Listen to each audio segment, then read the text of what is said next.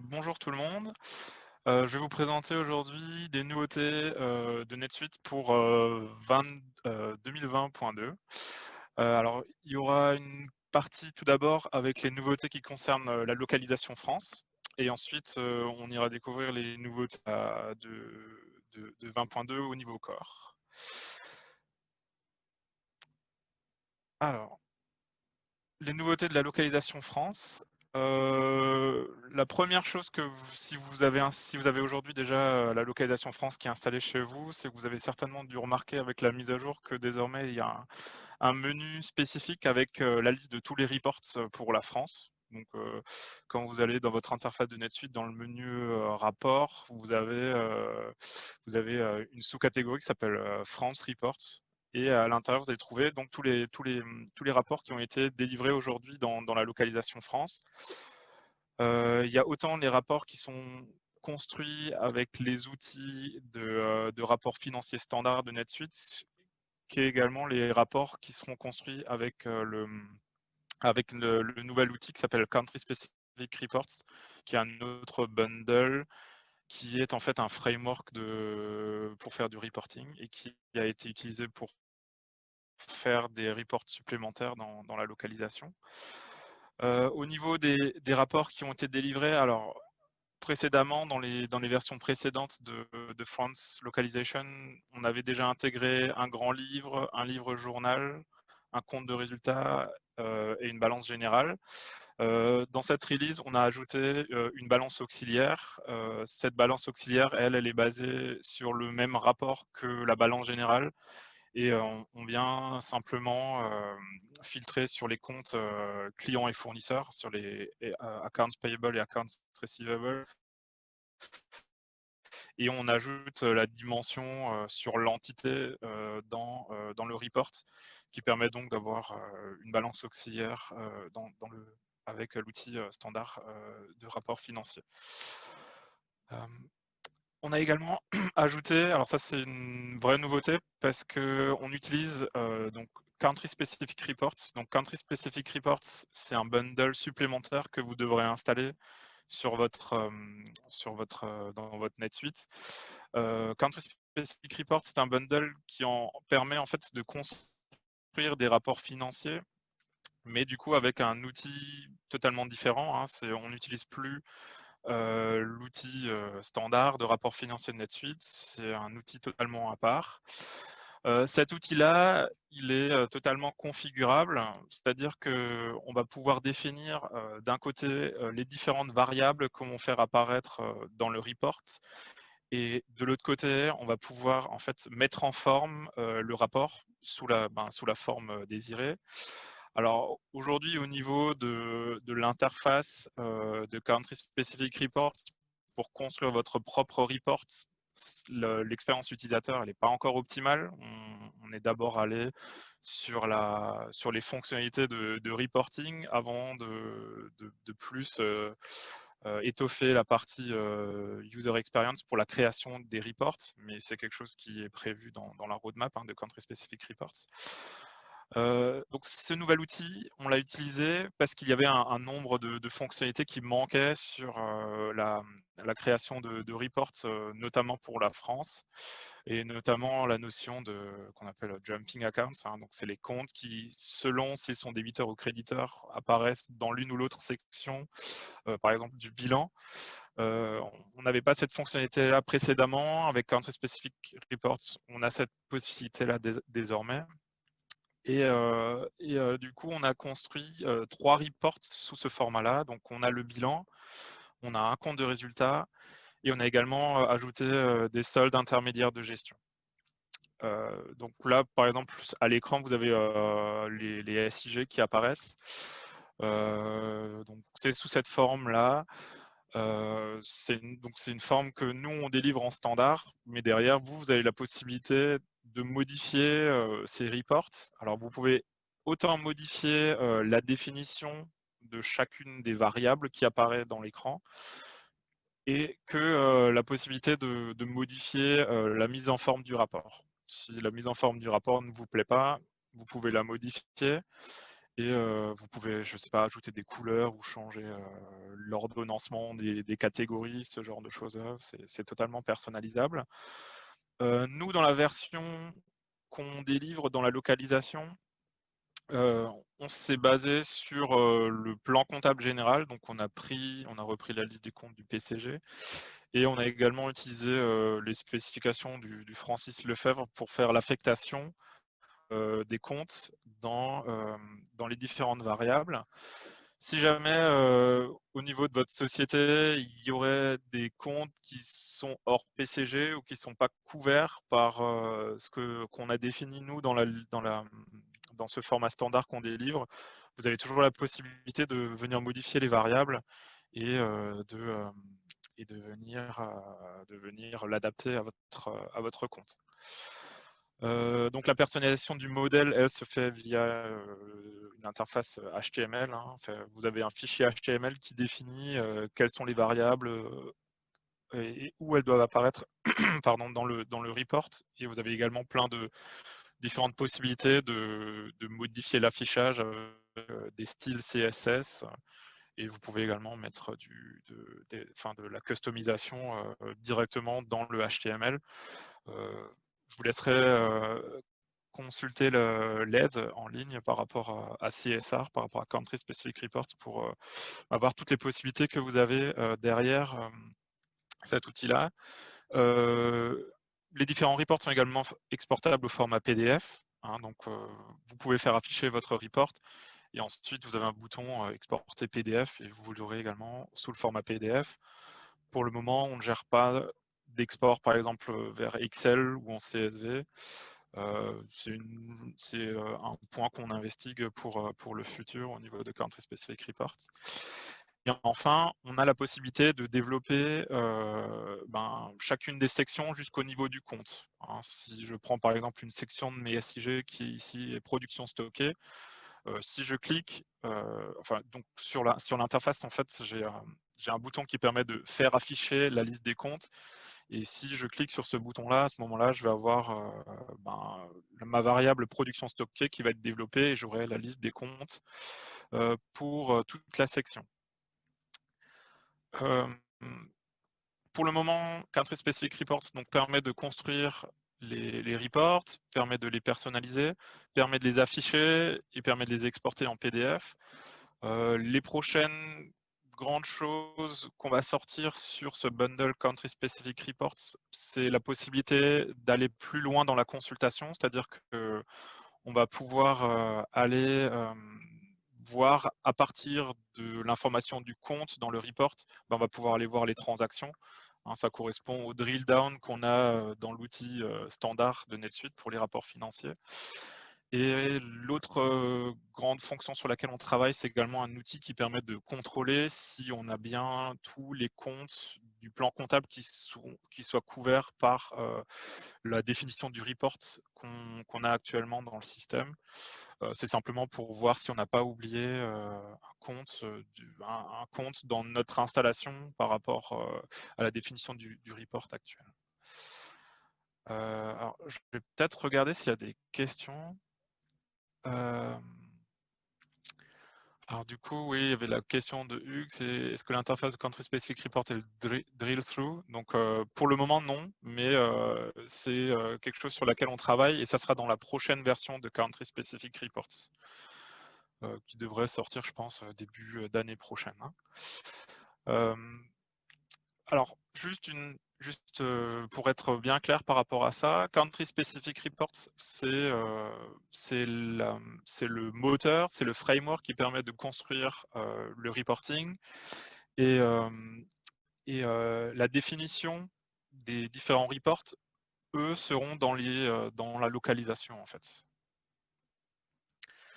Alors Christophe, la question par rapport aux doublons, ça sera donc est-ce que le contrôle CSR contrôlera les doublons de comptes? Oui, ça sera aussi prévu. Donc dans le contrôle des comptes, il y aura et les comptes qui sont manquants et les comptes qui sont doublons, sachant qu'il y aura parfois un petit peu d'interprétation à faire au niveau du contrôle parce que comme on a la notion de jumping accounts, Hein, on va pouvoir en fait affecter un compte à une section selon une condition qui est débiteur ou créditeur. On devra également derrière voir si c'est logique qu'on ait des comptes qui soient en doublon dans l'interface. Mais ça sera quelque chose où on essaiera de faire quelque chose qui permettra d'avoir une visualisation et une identification facilitée pour l'utilisateur qui va contrôler le report. Alors, je vais regarder si dans le chat il y a des questions, parce qu'il y a des questions qui ont été posées dans le chat et d'autres qui ont été posées dans les questions, mais j'ai pas l'impression qu'il y ait des questions dans le chat, donc c'est bon. Ok. Ce qui a également été ajouté dans la nouvelle localisation, c'est 2 nouveaux formats de fichiers pour les virements bancaires. Donc on avait vu la semaine dernière que les Electronic Bank Payments ne mettraient plus à jour les différents fichiers les différents formats de fichiers de virement bancaire et que désormais ils étaient gérés par la localisation. Et comme j'en avais déjà parlé la semaine dernière, dans la localisation de France, on a ajouté 2 nouveaux formats pour des virements internationaux. On a le format CFONB 320 et le format ISO 222, qui est un format XML et qui ressemble du coup au format CEPA. Alors, Christophe posait juste une question encore par rapport au CSR. Oui, les clients créditeurs au passif, est-ce que CSR gère les sous-comptes au niveau du jumping accounts? Oui, il le gère aussi au niveau des comptes. Hein. Selon si les créditeurs ou débiteurs, il apparaîtra au bon endroit.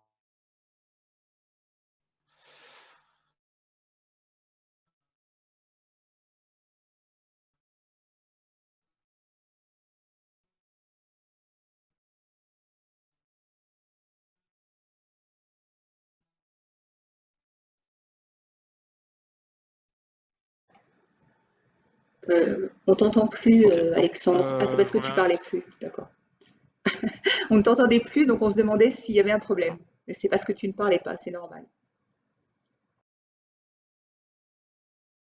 Le format XML qu'on a fait qui permet d'être customisé et parce qu'après certaines banques peuvent avoir des demandes supplémentaires ou par rapport à leurs besoins eux au niveau de la banque ou sinon par rapport aux besoins qu'ils ont pour pousser le virement vers la banque qui suit.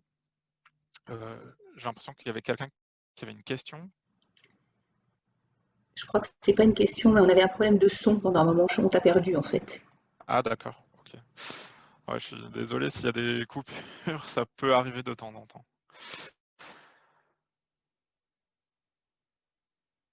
Ok. Alors, donc ces formats de fichiers de virement sont standards. Si vous avez des formats qui demandent de la configuration, alors il y a une partie que vous pouvez faire vous-même, même normalement la majeure partie, vous pouvez éventuellement le faire vous-même.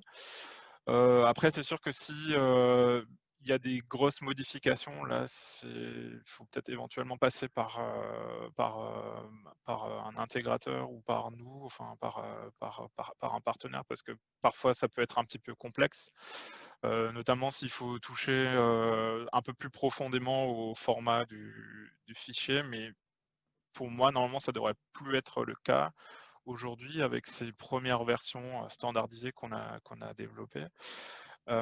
Ce qu'on vous invite également à faire, c'est si jamais vous avez des fichiers si vous avez des banques qui demandent à avoir un format un petit peu spécifique, nous on est preneurs de ce feedback-là pour qu'on puisse par la suite en fait l'intégrer directement en standard chez nous. Et plus on a d'informations qui remontent, plus on a de chances de pouvoir les traiter et derrière de faire évoluer ces formats-là. Donc je vous invite à faire un ticket au support pour faire remonter cette information-là pour que derrière nous on puisse la compiler et l'intégrer dans les développements futurs sur les fichiers de virement bancaire. Alors, on a dans France Localisation, on a également ajouté aujourd'hui 4 nouveaux rapports de TVA qui sont à personnaliser et qui doivent permettre de gérer un petit peu plus facilement la TVA hybride. Alors, quand je parle de TVA hybride, c'est de la TVA qui est à déclarer, enfin, pour une même société, à gérer et sur les encaissements et sur les débits. Hein, je vous apprends rien en disant que dans NetSuite, on peut faire que l'un ou l'autre.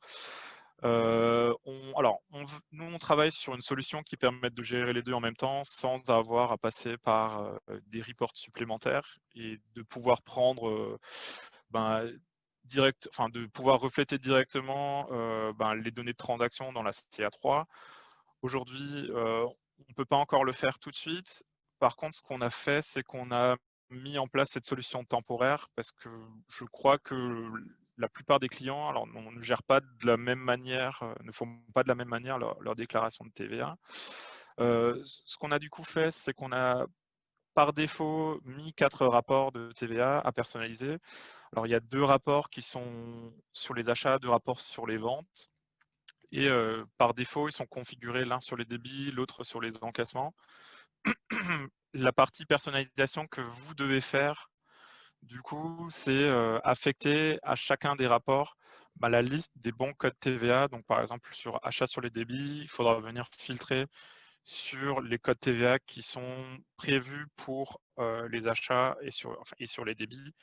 Et pareil, pour achat sur encaissement, vous allez venir affecter les codes TVA qui sont achats et sur les encaissements. Donc ça demande aussi qu'en amont, au niveau de la définition de vos codes TVA, que vous puissiez, que vous créez du coup des codes pour les débits et pour les encaissements. Pourquoi on a sélectionné cette manière de faire? On avait deux possibilités. La première, c'était d'utiliser la CA3 et d'utiliser une Safe Search supplémentaire pour venir récupérer les montants supplémentaires par rapport à ou sur les débits ou sur les encaissements selon le paramétrage de base que vous aviez mis sur la société. Finalement, on n'a pas retenu cette possibilité-là parce que au niveau de la Safe Search, on n'a pas la possibilité de recalculer tout ce qui est partiel. Donc, dès que vous avez un règlement partiel, la TVA n'était pas recalculée par rapport au règlement partiel. Et du coup, on a décidé de mettre par défaut 4 rapports qui permettront du coup d'identifier par code TVA et les montants et les bases de TVA déclarées pour chacune des cases. Par contre, après, il faudra manuellement que vous reconstruisiez la CA3 pour faire la déclaration. Je rappelle, hein, c'est vraiment une solution temporaire. C'est pour qu'on ait quelque chose par défaut dans NetSuite qui soit utilisable directement et qu'on n'ait pas besoin de se poser plus de questions que ça, que d'utiliser ces rapports-là. Et bien sûr, nous, on continue de travailler pour intégrer à l'avenir une gestion de la TVA à la française, donc, et sur les encaissements et sur les débits en même temps, en automatique, et pour qu'on puisse sortir une CA3 directement. Je ne sais pas s'il y a des questions par rapport à ce point-là. J'ai pas l'impression qu'il y ait des questions. Et je regarde aussi dans le chat. Donc je vois que Hugues disait qu'on n'entendait plus. Je ne sais pas si vous m'entendez ou pas. Toujours, si c'est bon. Ouais. Oui, c'est bon. Je pense qu'il y a des coupures en fait. Ouais. Peut-être que si ça te dérange pas, tu affichais ta vidéo.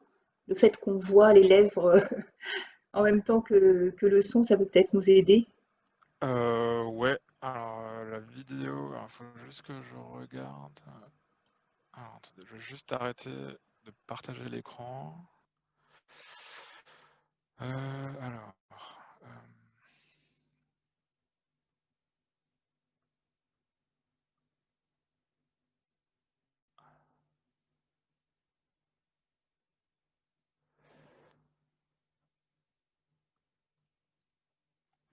Tu dois avoir le dessin d'une petite caméra quelque part avec marqué vidéo en dessous.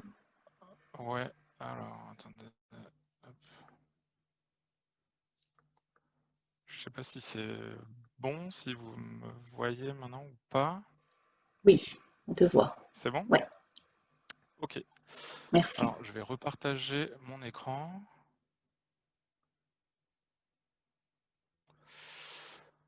Hop. Ok. Ensuite, autre nouveauté qu'on a ajoutée dans la localisation France, c'est qu'on a ajouté en fait des Safe Search qui devraient pouvoir vous aider dans tout ce qui est, on va appeler ça le lettrage des comptes clients et fournisseurs. Alors, ce sont des Safe Search en fait, qui sont construites sur la fonctionnalité qu'on appelle Application. Donc, c'est la fonctionnalité qui vous permet de rapprocher un paiement avec une facture. Hein. Donc, par exemple, dans NetSuite, quand vous créez un Customer Payment, un règlement client, vous avez un onglet qui s'appelle Apply, ou alors je ne sais plus en français, ça doit être appliqué, et qui vous permet du coup de sélectionner la facture qui est du coup qui est réglée pardon, par ce règlement-là. On a la même chose au niveau de l'avoir. Hein. Au niveau de l'avoir, vous avez aussi la possibilité de venir sélectionner de venir sélectionner la facture qu'il faut du coup entre guillemets lettrer, hein, si on parle à la française, lettrer cette facture avec cet avoir-là. Donc ces données qui sont dans la Safe Search, en fait, elles sont basées sur les données de l'application, donc ce rapprochement entre facture, avoir, règlement. Il y a aussi les acomptes, il y a également les journal entry, hein, donc toutes les transactions qui sont liées à des comptes clients et des comptes fournisseurs, hein, accounts payable et accounts receivable. Et on a construit donc 6 saved search. Alors il y en a 3 du côté des achats, 3 du côté des ventes. Par exemple, pour les ventes, on va avoir une première saved search qui va être client à lettré, une deuxième qui sera un grand livre des lettrés clients et une troisième qui sera un grand livre des non lettrés clients. Client à lettré, en fait, on va avoir l'information. Alors, ça sera pour une filiale. Hein, il y a un petit exemple d'une petite capture d'écran avec, par exemple, la liste client à lettré. En haut, vous avez un filtre avec la filiale. Donc, vous pouvez ou voir les clients à lettré sur toutes les subsidiaries, sur toutes les filiales, ou sinon, vous pouvez venir filtrer à la filiale. Et ensuite, vous allez avoir la liste de tous les clients qui ont des transactions qui sont au débit et au crédit en même temps et qui ne sont pas encore rapprochés, hein, qui n'ont pas encore été lettrés, rapprochés avec la fonctionnalité Application. À partir de cet écran-là, que vous pouvez du coup éventuellement installer sur votre dashboard, qui vous permet d'avoir une vision sur ce qu'il faut faire comme lettrage, vous avez un bouton d'action sur lequel vous allez pouvoir cliquer et avoir accès en fait à une liste des transactions qui ne sont pas encore lettrées ou pas totalement lettrées. Donc c'est notre Saved Search grand livre des non lettrés clients et vous aurez à ce moment-là en fait la liste de toutes les transactions, alors toutes les factures, tous les avoirs, toutes les OD qui ont encore du débit ou du crédit à lettrer. Et pour toutes les actions, pour toutes les transactions qui sont de type entre guillemets paiement, donc ou les avoirs ou des règlements ou des journal entry qui sont crédits par exemple pour les ventes, eh ben, vous allez pouvoir cliquer sur un bouton qui s'appelle Match et en fait vous serez redirigé vers l'écran de création d'un nouveau paiement qui va vous permettre en fait de faire le lien et du coup qui vous permet de faire en fait le lettrage sur ce compte-là. Donc si vous cliquez sur par exemple ici, alors, je ne sais pas si on voit très bien à l'écran, mais j'ai une ligne avec marqué facture d'avoir et tout au bout j'ai un bouton d'action qui s'appelle match. Si je clique là-dessus, j'arrive dans un écran de création de nouveaux paiements où automatiquement NetSuite a filtré sur la filiale et sur le nom du client. Et vous allez pouvoir, dans l'onglet Appliquer, pouvoir sélectionner d'un côté les factures et de l'autre côté les avoirs ou les règlements qui vont devoir être liés ensemble.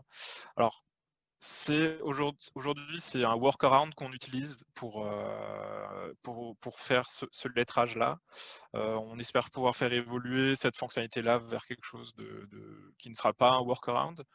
Donc, c'est un workaround. Ce qu'il faut faire attention dans cette étape-là, c'est de bien indiquer le même montant au niveau crédit et débit dans ce que vous voulez lettrer pour que le montant de la nouvelle transaction que vous allez créer soit nul. Parce que si vous ne faites pas attention à cette partie-là, le risque qu'il y a, c'est que vous créez en fait une transaction supplémentaire de paiement et qui vient du coup également annuler la différence qu'il y a entre le débit et le crédit que vous avez sur les transactions que vous avez déjà cochées au niveau de l'écran. Donc il faut bien faire attention à créer en fait un paiement en fait nul, et le fait de créer ce paiement nul en ayant lié et les factures et les règlements, en fait derrière ça vous permettra à vous de créer en fait le lettrage, et du coup ben, le client disparaîtra de la liste des clients à lettrer. Et vous pourrez ensuite utiliser la dernière Safe Search qui est le grand livre des lettrés clients, qui permet du coup en fait de voir la liste de toutes les transactions qui sont liées à ce client-là. Et vous aurez également en fait une émulation, pardon, une émulation d'un code lettrage qui vous permettra de faire le lien entre quelles sont les transactions en fait qui sont lettrées ensemble.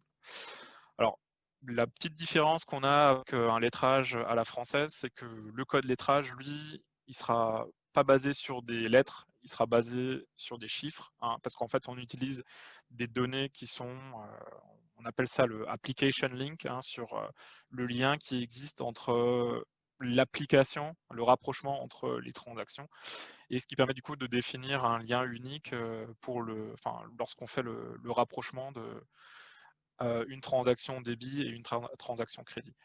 Dans ce grand livre des lettrés, donc vous aurez l'information du code lettrage, vous aurez également un montant qui est lettré, et vous aurez également une indication si le lettrage est multiple, hein, si une transaction est lettrée avec, par exemple, un règlement règle plusieurs factures, ou si une facture est réglée par plusieurs règlements, il y aura une petite astérisque dans une des colonnes. Et vous aurez également l'information d'un statut de lettrage, donc si le lettrage est partiel, total, ou sinon s'il n'y a pas encore de lettrage. Et enfin, vous aurez également une information sur le montant qui reste à lettrer sur la transaction. Et ce montant-là, il vous permettra également ensuite d'aller directement vers le grand livre des non lettrés via un lien hypertexte dans la Saved Search. Alors, j'ai l'impression qu'il y a des questions, donc je propose de répondre aux différentes questions. Alors, est-ce possible de délettrer après avoir lettré Bill avec Bill Payment alors que Bill a changé de statut?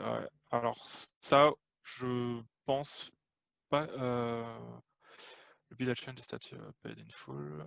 Alors, je pense que si vous pouvez encore modifier le Bill Payment, on ne devrait pas avoir de problème pour délettrer, parce que ça se base toujours sur les fonctionnalités de core. Par contre, je pense que si on ne peut plus modifier le bill payment, on ne pourra pas venir délettrer.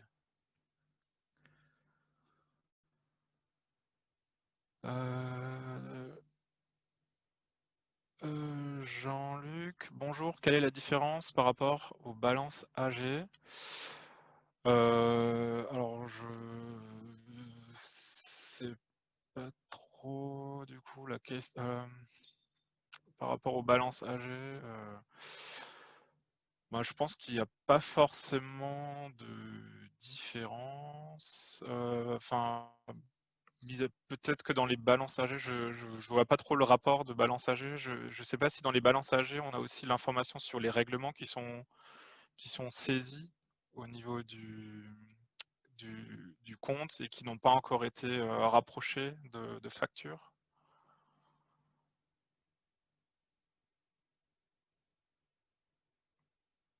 Ouais.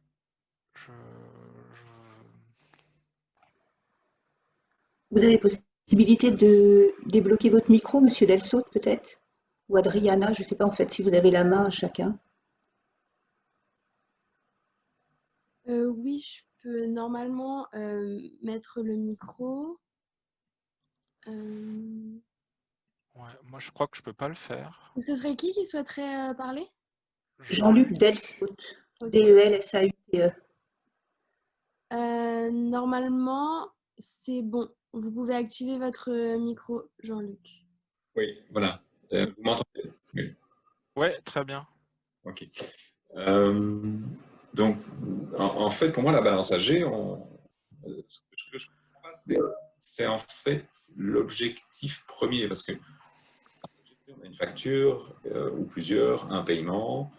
On a des factures ouvertes, des paiements ouverts. On peut faire soit un paiement à zéro. Enfin, pour moi, on arrive à faire à peu près tout ça. Donc, pour moi ici, c'est tout un outil ou des fonctionnalités qui se font en parallèle des balances AG classiques. Ou est-ce que parce que alors je vois pas quelle est l'utilité. Alors, nous, pourquoi on avait fait ça? C'est parce qu'en fait, on avait pas mal de demandes pour avoir un rapport avec, du coup, un code lettrage. Du coup, on était parti tout d'abord sur faire uniquement un grand livre des lettrés. Donc, du coup, on a l'information sur toutes les transactions et quelles sont les transactions qui sont lettrées, qui sont lettrées ensemble, hein, qui sont rapprochées ensemble en utilisant la fonctionnalité de Core. Parce que les rapports qui existaient déjà précédemment ne permettaient pas exactement d'avoir ce qu'un comptable français voulait voir. C'est pour ça qu'on était parti d'abord sur créer ce grand livre des lettrés. Et ensuite, on a rajouté les deux autres Safe Search parce que du coup, ça permettait d'avoir quelque chose de global pour les clients français qui répondaient exactement et ne pas avoir à les chercher dans un autre rapport encore, par exemple le rapport du coup des balances AG. Okay. Et du coup, ça se base sur le GL matching ou ça se base Non, alors ça se base pas du tout sur le GL matching, ça se base sur les données de rapprochement des factures avec les règlements, avec les avoirs, avec les journals.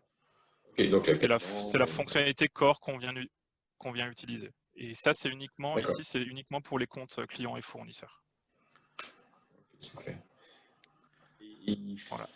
Il permet de visualiser le lettrage de vise client, de vise de base, écart de change si jamais il y en a, ce genre de choses. Alors, en fait, quand vous avez c'est l'écart de change, il se génère il se génère automatiquement. Et celui-là, vous pourrez aussi le visualiser du coup parce qu'il y a deux lignes supplémentaires. En fait, par exemple, il y a un écart de change. Au lieu d'avoir deux lignes pour la transaction, en fait, vous en allez avoir quatre parce que vous aurez les deux lignes pour le règlement et les deux lignes pour l'écart. Les deux, quand je parle de deux lignes, c'est 512 et le 401 ou 411 à chaque fois. Et voilà. Et du coup, à chaque fois, vous aurez le montant pour lequel il y a le lettrage qui est le rapprochement qui est créé entre les deux. Donc, vous verrez le montant du lettrage pour l'écart de change. Par contre, ici, on n'a pas ajouté de fonctionnalités supplémentaires par rapport au rapprochement et au lettrage qui existent encore. Hein. On n'a pas rajouté. On vient uniquement utiliser cette fonctionnalité-là et on vient mettre en forme l'information de la manière qui plaît le plus du coup à un comptable français, c'est-à-dire qu'on a un code lettrage, on peut voir sur le même écran quelles sont les transactions qui vont ensemble avec un même code. Donc ça couvre des relations NN, c'est-à-dire N factures sont payées par M paiements. Exactement, ouais. Alors par contre, après, au niveau de comment est matérialisé le lien, ça ne sera pas un N à la française, c'est-à-dire que j'ai pas un code pour un regroupement de transactions. En fait, je vais avoir un code pour chaque lien entre chaque transaction. Ouais. Je ne sais pas si c'est clair ce dont je parle. Oui, enfin, pour moi, oui. Ouais. Donc c'est un petit peu différent que le lettrage classique et par exemple c'est pas le même lettrage du coup qu'on a dans le GL matching. Parce que le GL matching c'est basé plus sur des spécifications de lettrage à la française, c'est-à-dire que je vais avoir un seul code pour un groupe et je vais pas avoir un code pour chaque lien entre transactions débit et crédit.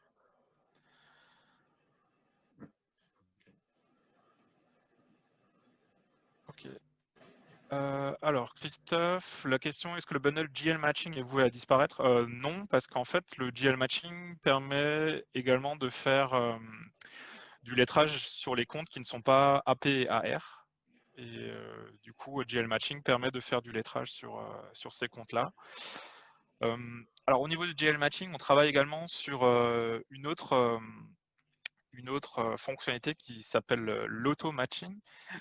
L'auto-matching, en fait, c'est reprendre les informations de rapprochement qu'on utilise dans ces safe search là ici, ce rapprochement entre client et facture, et de générer automatiquement le lettrage dans GL Matching de ces comptes-là.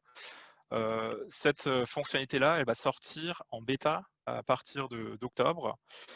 Et du coup, si vous êtes intéressé pour participer à la bêta et avoir en avant-première cette fonctionnalité-là d'auto-matching, vous pouvez me recontacter. Moi, je pourrais faire suivre vos coordonnées pour faire partie du programme bêta. Sachant que derrière, la valeur ajoutée de GL Matching, c'est qu'au lieu d'avoir une représentation justement d'un code pour un lien entre transaction débit et transaction crédit, on aura en fait un code qui sera généré du coup à la française parce qu'on aura une lettre pour un groupe de transactions. Ce sera la différence avec les safe search qu'on a mis ici dans France Localisation.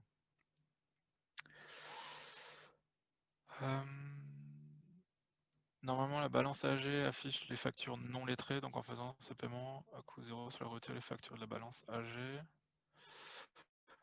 Ouais, ça du coup, je vois pas exactement ce que voulait dire Kadir.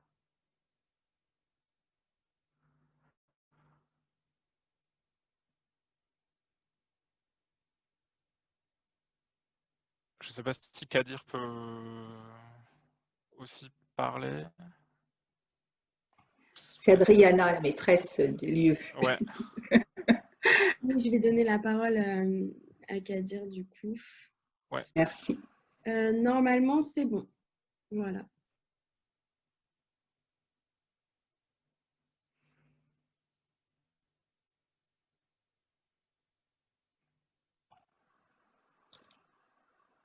Bonjour, vous m'entendez?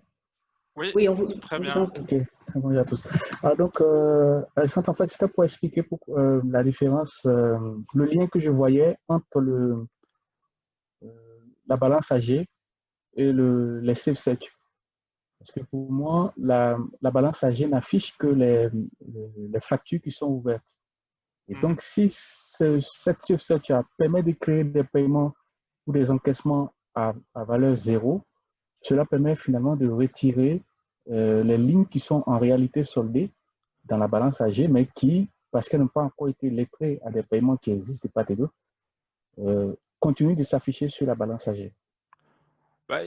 En fait, le paiement à zéro, ça marche uniquement si dans le sous-onglet d'application, hein, de rapprochement, je viens indiquer un autre paiement qui existe déjà, ou une autre journal entry, ou un avoir.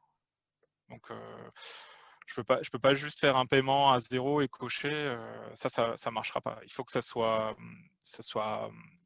équilibré au niveau des factures et au niveau des autres transactions qui vont être rapprochées de la facture. Donc, Oui, tout à fait. En fait, il faut que le paiement ait été fait et que poursuit des factures qui existent, mais que quand le lien n'existe pas entre les factures et les paiements, alors on utilise donc ce rapport-là pour identifier ces paiements et ces factures de part et d'autre en vue de nettoyer la balance AG.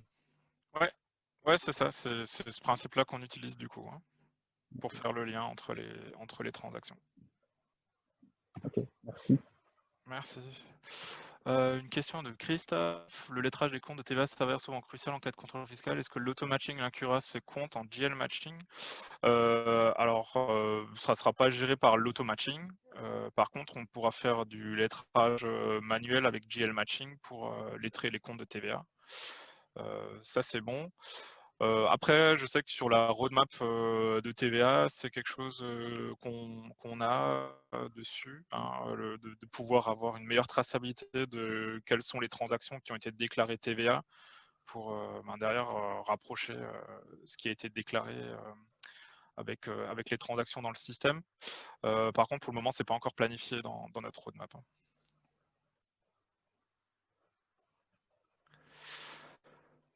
Alors, je nettoie juste un peu toutes les questions pour que ça soit plus clair. Ok.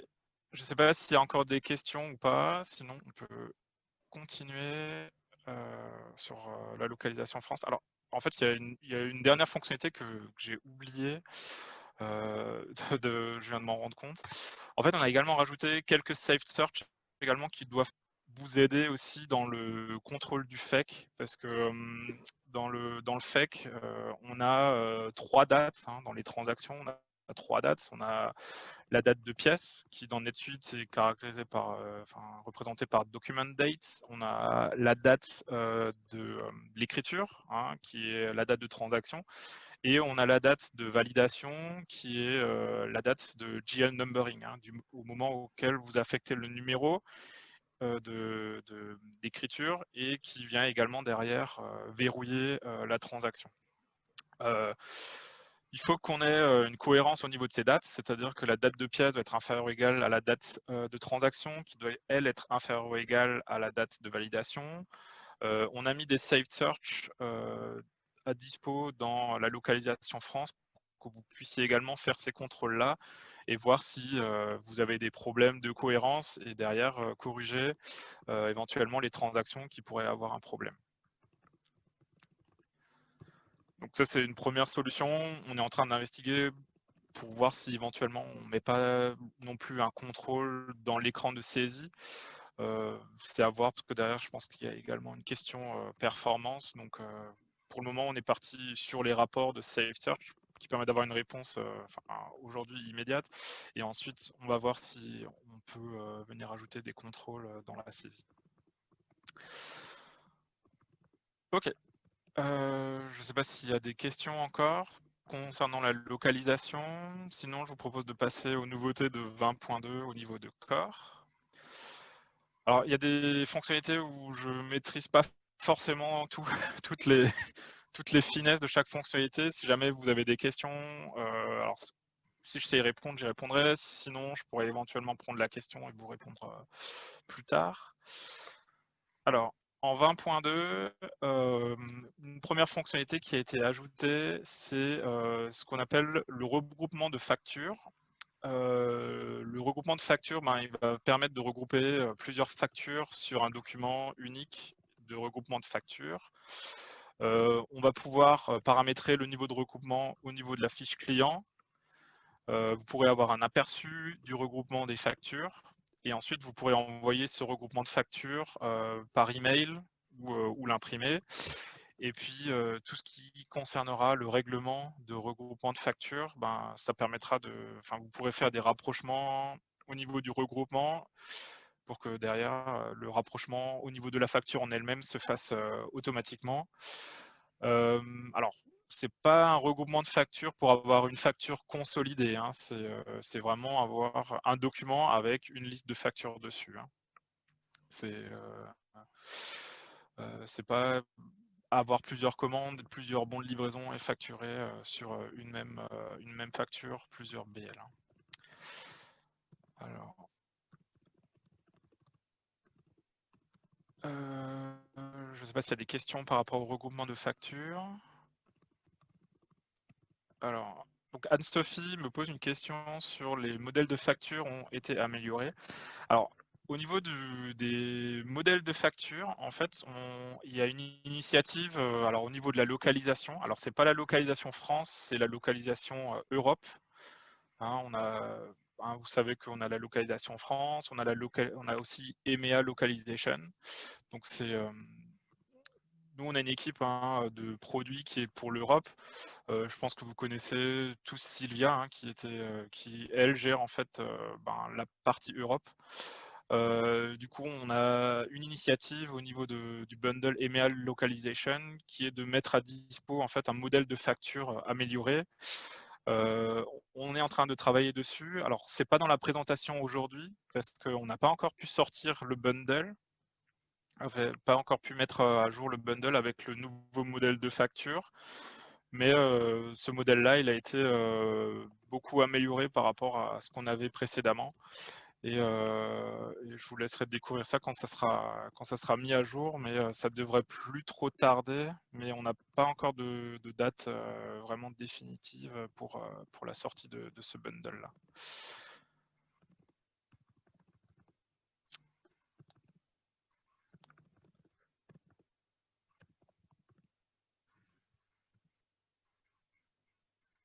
Alors, une question de Dorine. Alors, si je facture un partenaire, mais pour plusieurs comptes clients différents, je vais pouvoir lui envoyer qu'un seul document avec toutes les factures des clients liés à ce partenaire.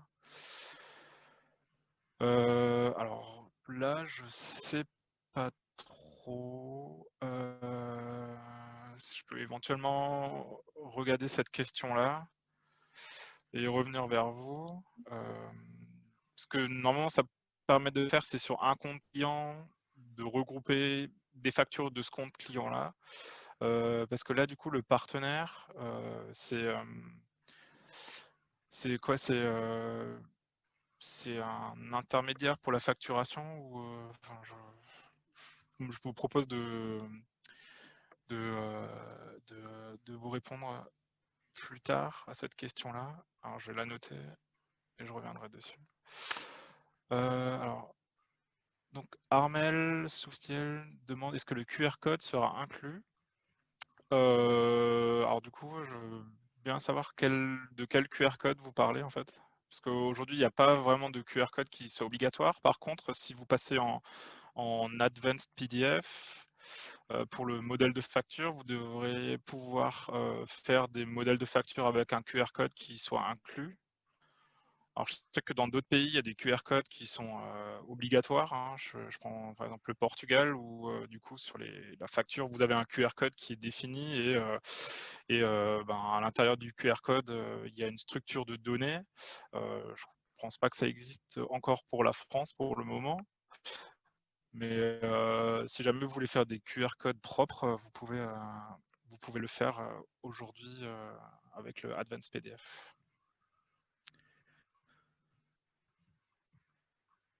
Alors, peut-on appliquer les layouts d'impression des invoices sur les invoice groups ou faut-il développer de nouveaux layouts?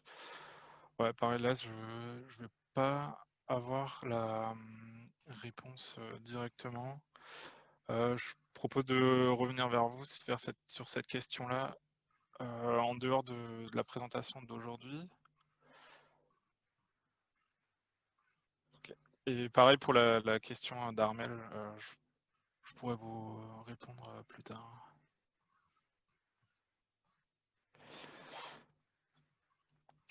Alors, autre fonctionnalité dans Core 20.2, la possibilité de faire du netting en intercompagnie. Du coup, ce que vous aurez ici, donc c'est l'accès à ce qu'ils appellent le netting workbench, où vous pourrez en fait compenser des transactions entre vos sociétés intercompagnies et simplifier du coup les règlements et la vision que vous avez sur vos transactions en intercompagnie.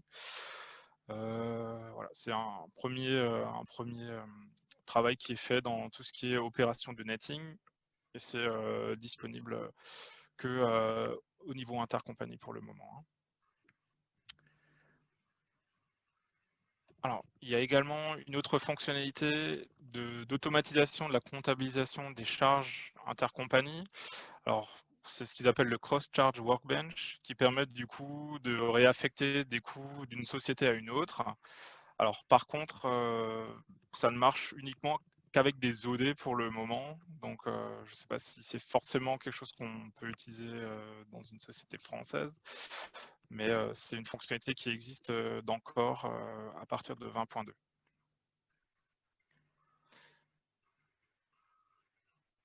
Il y a également une nouvelle fonctionnalité de réception via une autre filiale, donc toujours en intercompagnie. Alors vous avez la possibilité de commander sur une filiale centralisatrice qui ensuite sur laquelle vous allez pouvoir faire la réception et ensuite redispatcher les différents articles sur les autres sociétés pour lesquelles vous avez également commandé, et tout ce qui est achat et facturation en fait est regroupé, et tout ce qui est comptabilisation se fait également automatiquement du coup.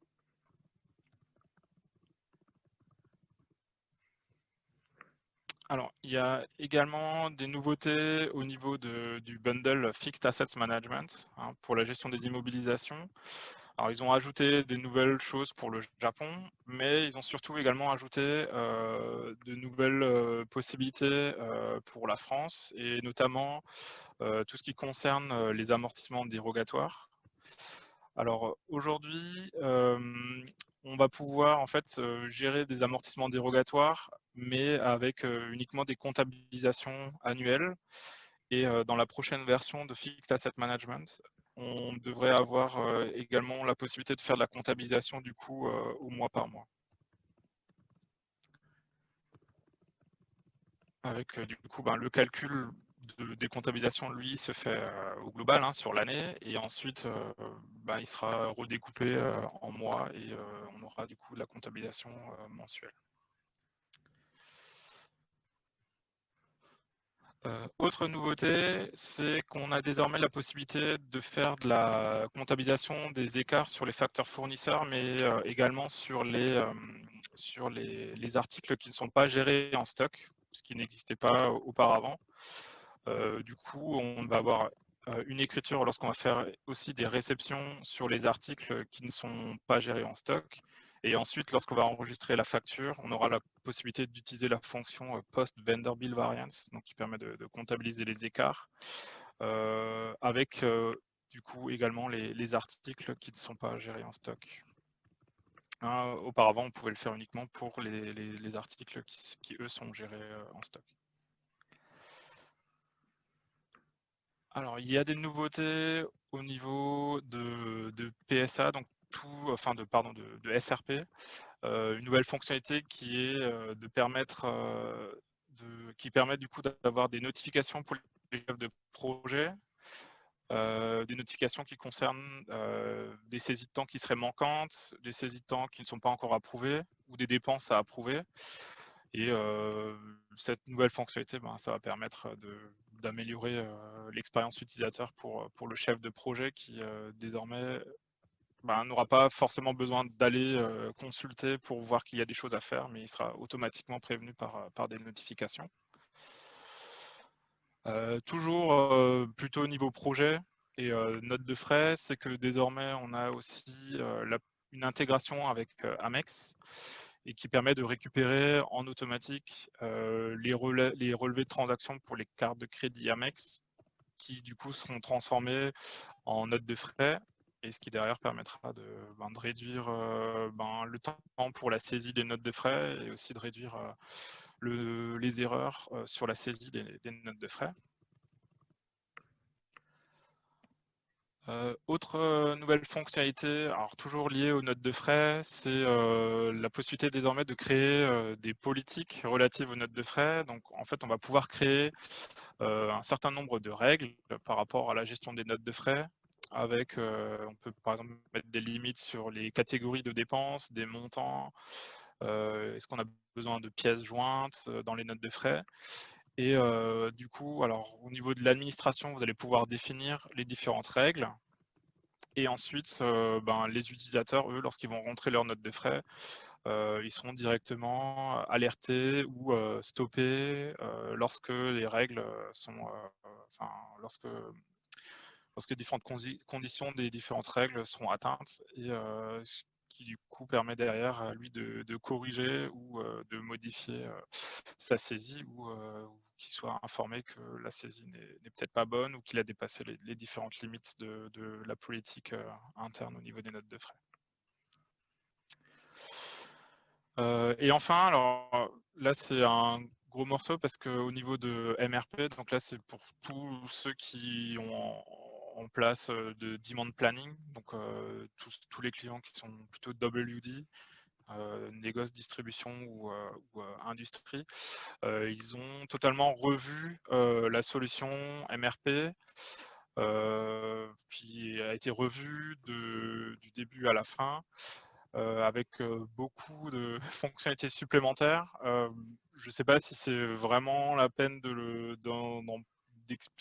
l'expliquer plus en détail ici, mais si jamais vous voulez avoir plus d'informations, je pense que le mieux c'est de contacter votre AMO et lui pourra organiser une démo ou une présentation sur ces nouvelles fonctionnalités pour voir si ça peut vous aider.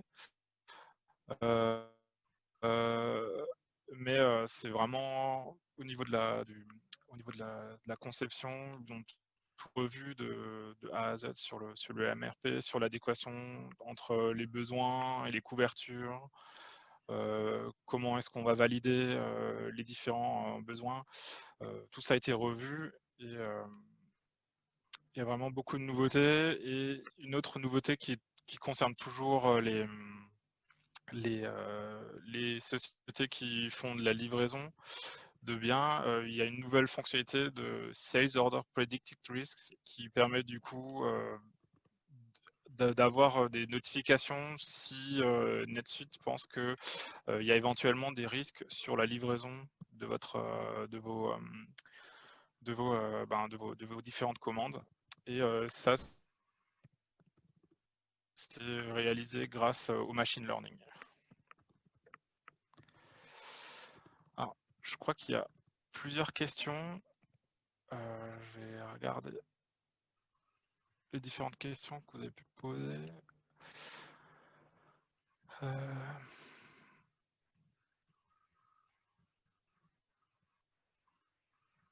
Alors, j'ai une question toujours de Armel, c'est les méthodes sont dispo dans la 20.2. Du coup, c'est par rapport aux amortissements, je pense. Je ne sais pas si Armel peut éventuellement avoir le micro ouvert. Si on peut. Oui, je peux ouvrir le micro à Armel. Ouais, c'est Armel, c'est ASL du coup. Oui. ASL, ok. Ouais. Ok, c'est bon normalement.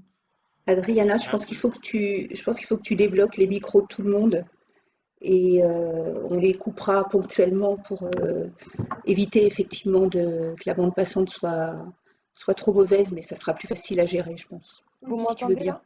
Bah, je vais... Oui, on Oui. t'entend, Armel. Oui, alors ma question, effectivement, c'est le fixe asset. Oui. Vous avez parlé effectivement des fixes assets japonais qui aujourd'hui n'étaient pas des méthodes de dépréciation, n'étaient pas prises en charge. Donc, si je comprends bien, là, vous avez pris donc dans la release 20.2, on a maintenant les méthodes d'amortissement nécessaires à la compliance japonaise. Ouais. Normalement, ils ont terminé tout ce qu'ils avaient commencé en 20.1. Ils doivent l'avoir terminé maintenant en 20.2 par rapport aux japonais. Ouais. D'accord. Donc, si je vais sur un fixe asset et que je change et que je cherche les méthodes de dépréciation, aujourd'hui en 20.2, je vais trouver les spécifiques japonais. Ouais, c'est les méthodes dont il parle, c'était Old Straight Line, Old Declining Balance et Special Depreciation. D'accord. Et pour Après, ce qui est je suis pas vraiment spécialiste des fixed assets. Ouais. Dérogatoire, c'est pareil. De toute façon, je crois qu'aujourd'hui, déjà, nous, la plupart du temps, on le passe à l'année. Ok. Mais au moins, mais c'est-à-dire qu'on ne peut pas changer les méthodes de dépréciation en cours de fixe asset de dépréciation. Si on a fait c'est pour les nouveaux, c'est ça? Ouais, normalement, c'est que pour les nouveaux. Ouais. Ouais. Ouais. D'accord. Alors, par contre, pour l'amortissement dérogatoire, en fait, ce qu'on a ajouté, là, c'est une fonctionnalité qui permet, en fait, pour une immobilisation, de mettre et le plan d'amortissement économique et le plan d'amortissement fiscal, et que derrière, on puisse voir les deux plans d'amortissement et que NetSuite puisse générer en automatique les écritures. Donc, j'ai l'écriture d'amortissement normal, plus le dérogatoire qui se génère automatiquement avec une journal entry. C'est ce qu'on a fait. Ouais. Par contre, on avait... Alors, on l'a un peu remarqué tard, c'est qu'en fait, le calcul pour l'amortissement dérogatoire, enfin pour le fiscal, il n'est pas correct si on le fait au mensuel. C'est Ouais. pour ça qu'aujourd'hui, quand je dis qu'on se limite à l'annuel, c'est parce qu'en fait, le calcul pour le mensuel, il n'est pas correct. Du coup, pour la prochaine version, On avait vu on qu'on va, n'arrivait pas à le faire en mensuel. ouais. Du coup, pour la prochaine version, on gérera aussi le calcul correct pour le mensuel, parce qu'en fait, le calcul doit se faire annuellement. Mais derrière, si on veut faire Une une planification. comptabilisation, ouais, si on veut faire une comptabilisation mensuelle, ça marche pas. Donc du coup, ils sont en train de, enfin, ils sont pas en train de travailler dessus là maintenant parce que ils ont d'autres projets. Mais ça sera la prochaine fonctionnalité que Fixasset va sortir. Ça sera celle-là pour permettre d'avoir aussi de la comptabilisation mensuelle sur le dérogatoire. Voilà. Donc pour le moment, c'est que annuel. Ça fait le calcul est correct quand vous le paramétrez en annuel et derrière, pareil, il peut vous générer en automatique les écritures. Mais par contre, on l'a pas encore au mensuel. Ok, merci. Je me remets en mute. Ok, merci. Alors, d'autres questions? Ah, du coup, à Armel, vous avez une question par rapport au QR code. J'ai pas trop compris en fait. Du coup, si vous voulez juste qu'on en reparle 2 minutes. Non, mais en fait, il se trouve que dans certains pays, ils commencent à nous demander les QR codes, Ouais, notamment en République tchèque. d'accord. Et donc, oui, on a bien vu qu'avec Advance Payment, on pouvait rajouter Ouais, avec le un, Advanced un Layout, flash, ouais. oui. Mais Ouais. l'idée, c'était quand même, si ça commençait à se démocratiser partout, dans Mhm. tous les pays, là, vous avez cité le Portugal, Ouais. à un moment donné, c'était pour savoir si dans les nouvelles versions, ça allait venir aussi, quoi. Bah, par exemple, pour le Portugal, là, on le fait en ce moment dans la localisation portugaise. On est en train justement d'ajouter le QR code par défaut dans le. Alors, et le calcul du QR code, hein, parce que du coup, le QR code, lui, il est défini par la loi portugaise. Bah Hein. oui. Vous avez un certain nombre de champs qui doivent être mis en forme avec telle ou telle information dedans et il doit apparaître. Parce que typiquement, nous, on a RSM aujourd'hui en République tchèque, qui est le partenaire NetSuite, Mhm. qui Ouais. nous fait, qui va nous évaluer le besoin, la solution QR code dans leur localisation tchèque. Donc, si vous faites Mhm. déjà ça pour le Portugal, Ouais. en fait, c'était juste pour savoir si on payait doublement, quoi.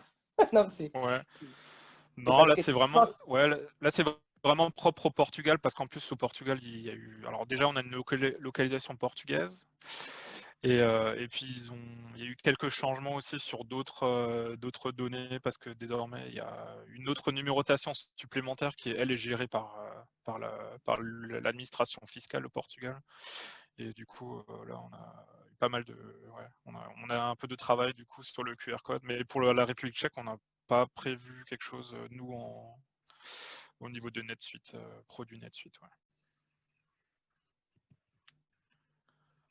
merci. Ok. Alors, j'ai Christophe qui pose une question.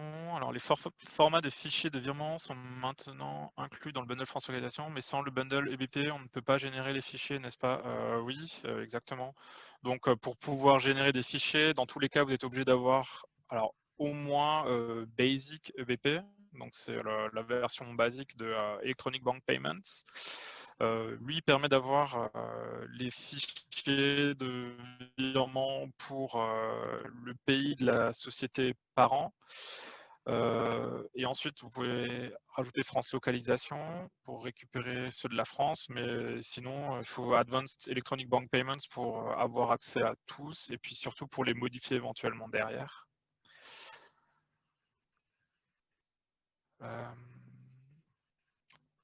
Alors, j'ai une question de prérequis. En quoi est-ce différent du Customer Statement avec liste des factures en pièces jointes? Je suppose que Customer Statement, c'est un listing des factures plutôt comptable, c'est ça? Je ne sais pas si prérequis, si vous pouvez vous démuter du coup, si vous voulez parler. Je pense que c'est plus simple du coup.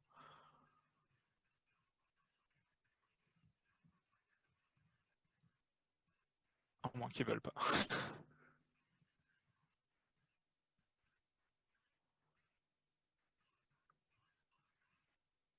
Vous avez un petit micro qui doit apparaître quelque part. Ouais.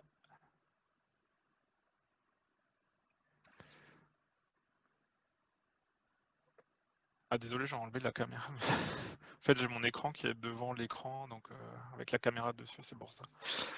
Ouais, je sais pas, prérequis, si vous voulez poser la question, il faut juste vous enlever la sourdine, démuter.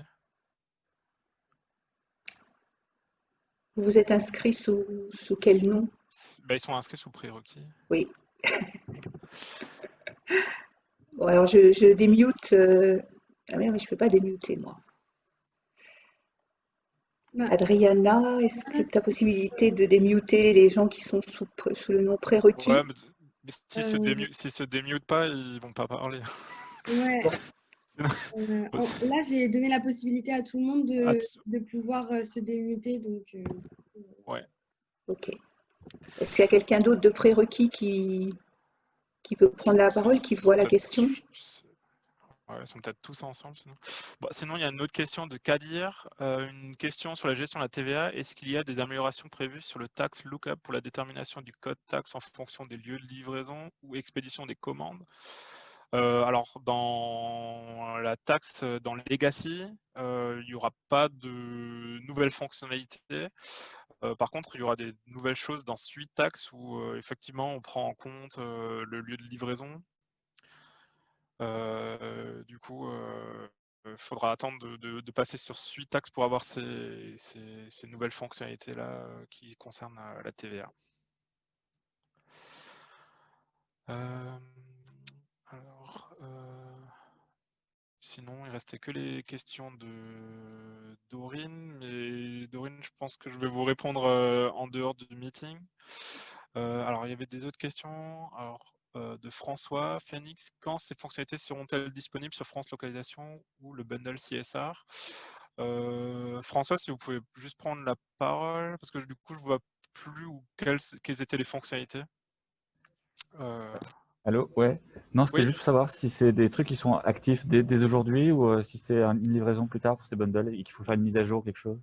alors, de France Localisation, c'est déjà disponible aujourd'hui, hein. Tout ce que j'ai présenté, c'est disponible dans la localisation France. Elle a été mise à jour, la release, elle a été sortie fin du mois de septembre. Donc, vous avez déjà tout qui est disponible.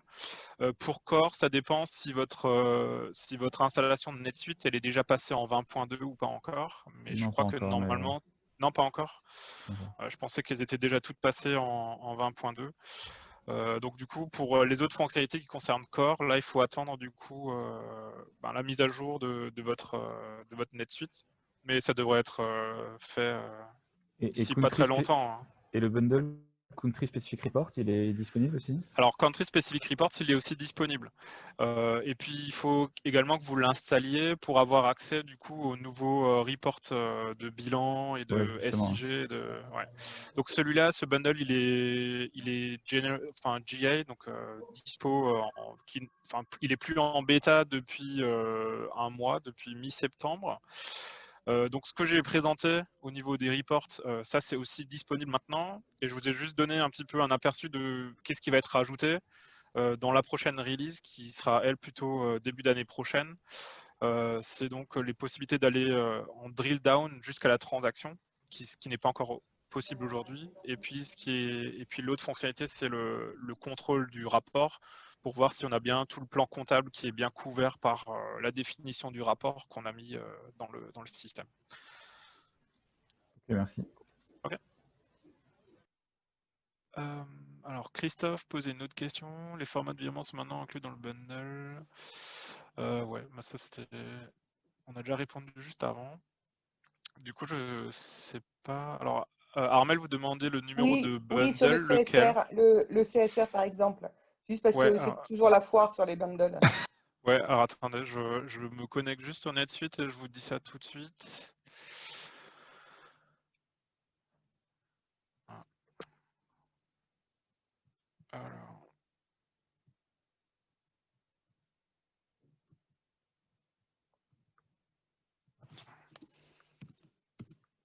Je suis suis désolé, ça prend un peu de temps parce que j'ai la double authentification. Ah, Du j'avoue. coup, il faut que je reçoive le SMS, sinon ça marche pas. Ok, alors.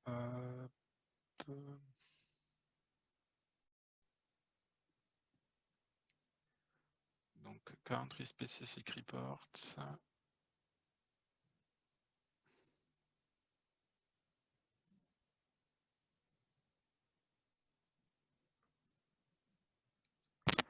C'est 30, 15, 45, je viens de le trouver.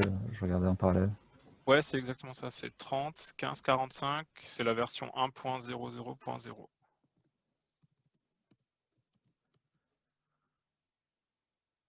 Et j'ai une petite question, c'est François de Phoenix.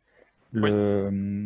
Une présentation précédente, vous nous aviez présenté un peu la bêta des rapports de lettrage.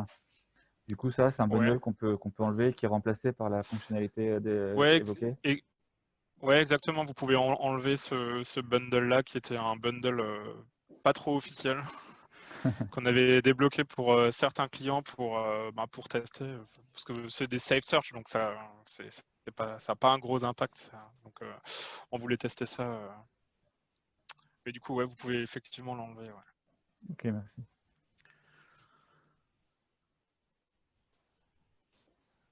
Hop.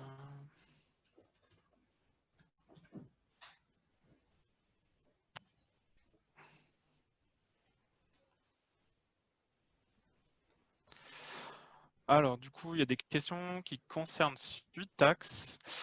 Est-ce que SuiteTax sera compatible France localisation? Alors, en fait, aujourd'hui, dans la localisation France, il y a déjà un certain nombre de choses qui sont disponibles pour SuiteTax.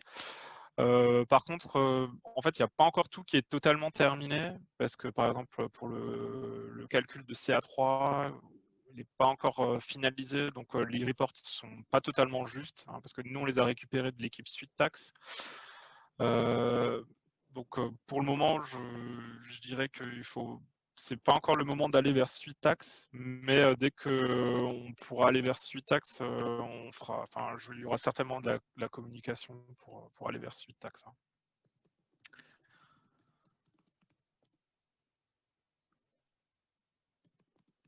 Je ne sais pas s'il y a d'autres questions. Je vais regarder dans le chat. Peut-être que dans le chat aussi, il y a des questions.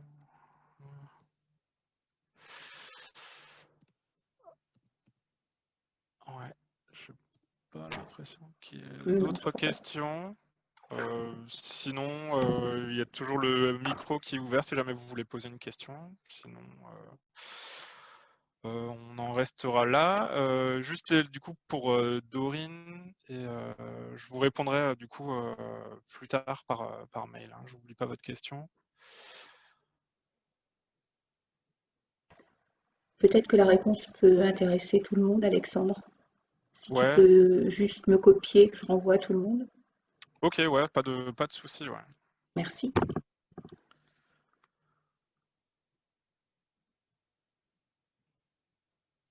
Ok, bah je sais pas s'il y a plus de questions. Je vous laisse la parole, Sabine. Est-ce qu'il y a des sujets là chauds qui vous intéressent, des thématiques sur lesquelles vous aimeriez qu'on monte des réunions?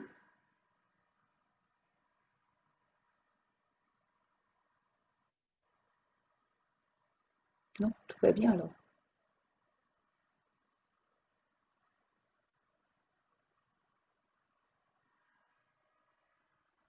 Ok. Bon, bah si s'il y a des idées qui vous viennent après, n'hésitez pas à nous en faire part. Euh, je ne sais pas si on montera un autre webinar, puisque ça sera certainement un webinar d'ici la fin de l'année. Moi, j'ai besoin de vos inputs pour les sujets, hein, puisque nous n'utilisons pas la délégation générale NetSuite. Donc, je ne sais pas quels sont vos sujets d'intérêt et de préoccupation. Mais voilà, on est tout à fait ouvert si vous avez besoin qu'on organise Là, quelque il va y chose. avoir un sujet qui va arriver, ça va être le FEC. Aller plus loin dans le FEC. Aller plus loin dans le FEC. C'est Armel, hein, c'est ça? Oui. Ouais. Juste, alors par rapport au fait qu'on a fait une présentation il y a quelques mois. Je ne sais pas si vous avez pu la voir ou pas. Non, peut-être pas, non. Je n'étais pas Ouais. encore inscrite. Je pense que ça peut être intéressant. Après, si jamais vous avez des questions, vous pouvez toujours me contacter éventuellement par rapport au FEC, si ça ne répond pas totalement à toutes vos questions. Après, par rapport au FEC, alors on travaille aussi du coup sur le FEC. Alors, on a aujourd'hui le FEC, comment il fonctionne, c'est correct par rapport aux demandes qu'on a au niveau de l'AFNOR, hein, parce que du coup on est certifié NF203 comptabilité informatisée. Après, on a certains points qu'on corrige du coup dans le FEC, notamment par exemple les comptes qui ne sont pas des comptes clients fournisseurs 401-411 sur lesquels on a par exemple la donnée de tiers qui s'affiche. Par exemple, ça c'est quelque chose qu'on va corriger. On l'a eu comme non-conformité mineure et on travaille dessus pour corriger ce point-là, par exemple. On travaille aussi sur restreindre un petit peu plus la configuration du FEC parce qu'aujourd'hui, il y a Il un sort certain tout. nombre. Ouais. Ouais, ouais, allez-y. Non, il sort tout. Il sort trop de lignes. C'est ça?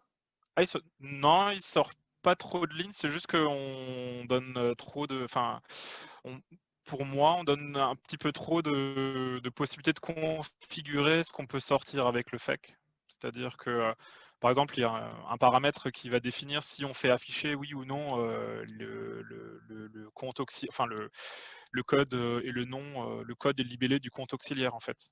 Ça, par exemple, on ne devrait pas l'avoir. Ou sinon, lorsque vous le générez, il faut cocher Use Transaction Date, là où on ne devrait pas avoir à le faire non plus. Donc, ce genre de choses-là qu'on va aussi corriger. Et, Le compte auxiliaire, il le faut, non? oui, il le faut, mais par contre, dans la configuration, si vous configurez mal l'export, il ne sortira pas. Ah oui, c'est Et ça, oui, du il le faut coup, absolument, oui, c'est ça. ouais, il faut configurer correctement le FEC pour qu'il sorte. Il sort Ce correctement. genre. Voilà. D'accord, donc vous voulez nous aider à ne pas avoir à le configurer, mais qu'il sorte correctement. Voilà. Donc, D'accord. après, par rapport au nombre de lignes, par contre, là, normalement, c'est logique qu'il sorte tout. Mais je vois pas ce qui sortirait en trop, en fait. Non, bah, oh là là, c'était il y a 3 ans. Ouais.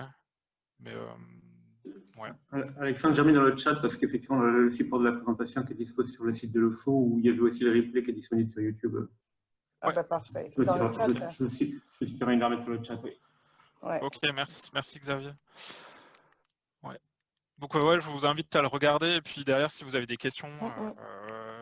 Et puis et du coup en fait le FEC c'est au niveau de France Localisation, c'est le sujet sur lequel on travaille en ce moment du coup.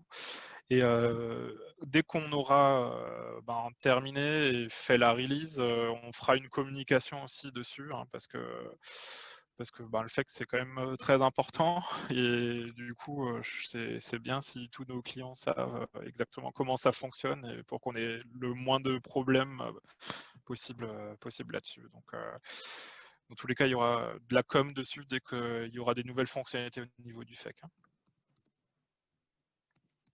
Ce sera à quelle échéance, Alexandre? Ouais, je peux pas dire exactement. Je pense que ça sera pareil début d'année prochaine.